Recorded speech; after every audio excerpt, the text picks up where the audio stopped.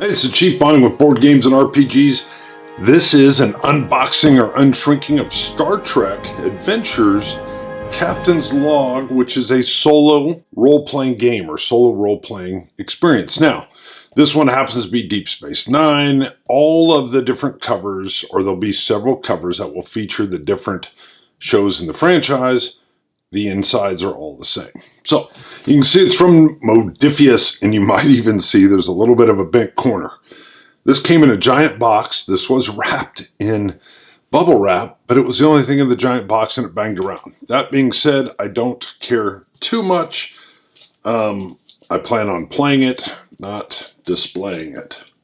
Those that do, I know, but quite honestly, I've got so many games, I try not to get too precious. If it came soaked in water or something, that would be a problem. Or terribly marred. But let's take a look. Now, I'm not going to go page by page, but I want to show you. Again, it's pretty darn thick. I just want to give you an idea of what it looks like. Feel free to pause as you go along if you wanted to see kind of the contents. Love that shot. And a universe of possibilities. Now, I've got a great buddy of mine. Many of the board game or war game folks will know Judd Vance, very active on BGG. Great. I love this. This is what I grew up on, so we'll pause that story. But of course, syndication. I'm a kid of the 80s, born in 70, and got home from school and cycled through every show. And even at a young age, I got the swashbuckling fighting stuff, but I also got that they were telling deeper tales. Very nice. Of course, Next Generation pops up while I'm in high school, and love that too. I didn't mind Deep Space Nine. So we'll kind of flip through. You can see you're going to have gorgeous art. First of all, you've got a very clean layout. I haven't been through this book. You saw it was in the shrink wrap. Back to Judd Vance. He's a big Star Trek guy.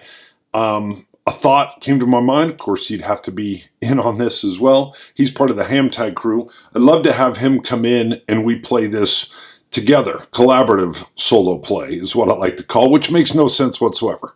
But if he came over and the system ran both of us, I like using Mythic, but who knows, maybe this has something in it that will allow it to work. Kind of like Ironsworn, I believe, is what a beautiful thing to start is all these solo games that are popping up. It's also a great way to learn a system. So we can see we like the art. I like the art. I like the layout. I'm going to do a couple more page flips, and then I'm going to thumb through a little bit faster.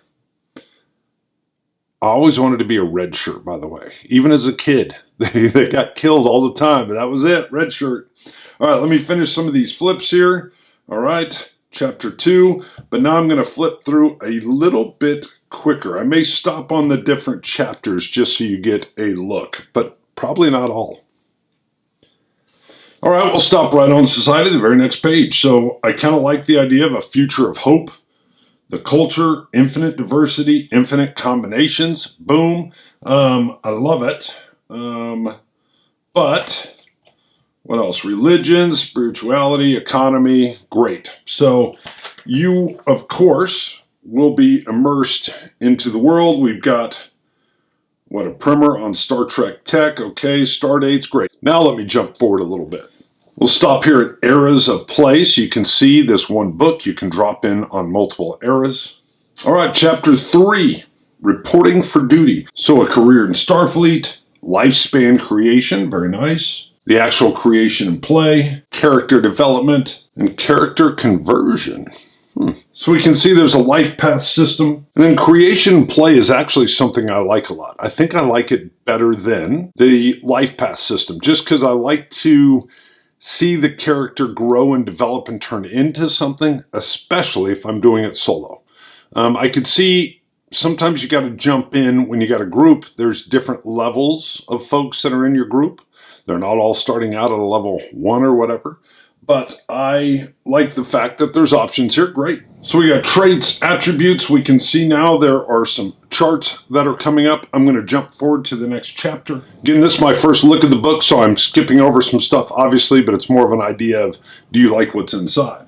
So chapter 4, your home among the stars. Now, I'm a big fan of like free leagues, havens, or your arc, whatever your home base is, and then what you do to build that or fix it or whatever. But obviously in Star Trek, it's a character kind of, and it travels with you generally.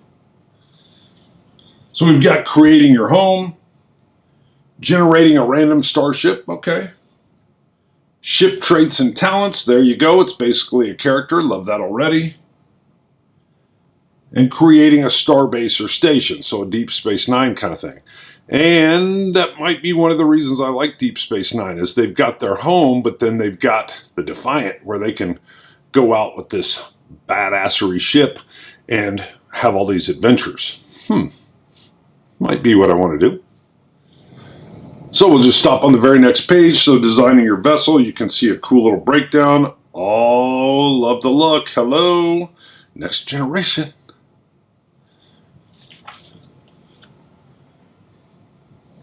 All right, pausing. Had to show the page. And the page. Woo! We're going to show a few more of these. Okay, there we go. Now I will jump to the next chapter. All right, rules of play, chapter 5, values, directives, and focuses. Taking action, using your ship, modes of play. Again, I'm going to keep moving through this quick. I may come back in another time and take some deeper dives. Chapter 6, playing captain's log.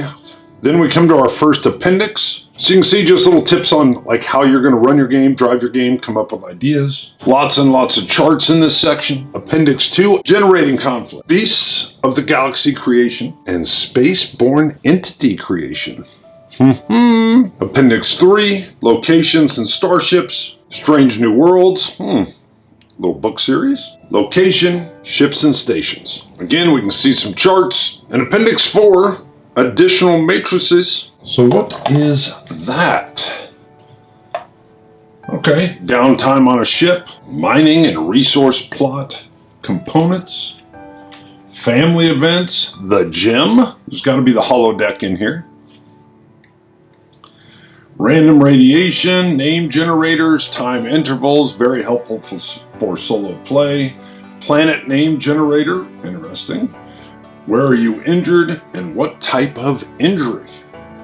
We just go into our Appendix 5 forms. Let's take a look at some of these.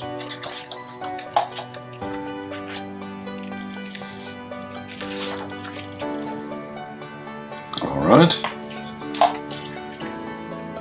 And our quick reference guide, and then a nice little index.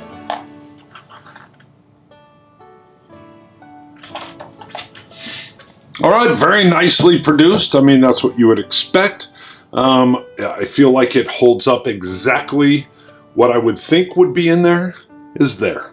So, just quick look. Chief, playing with board games and RPGs.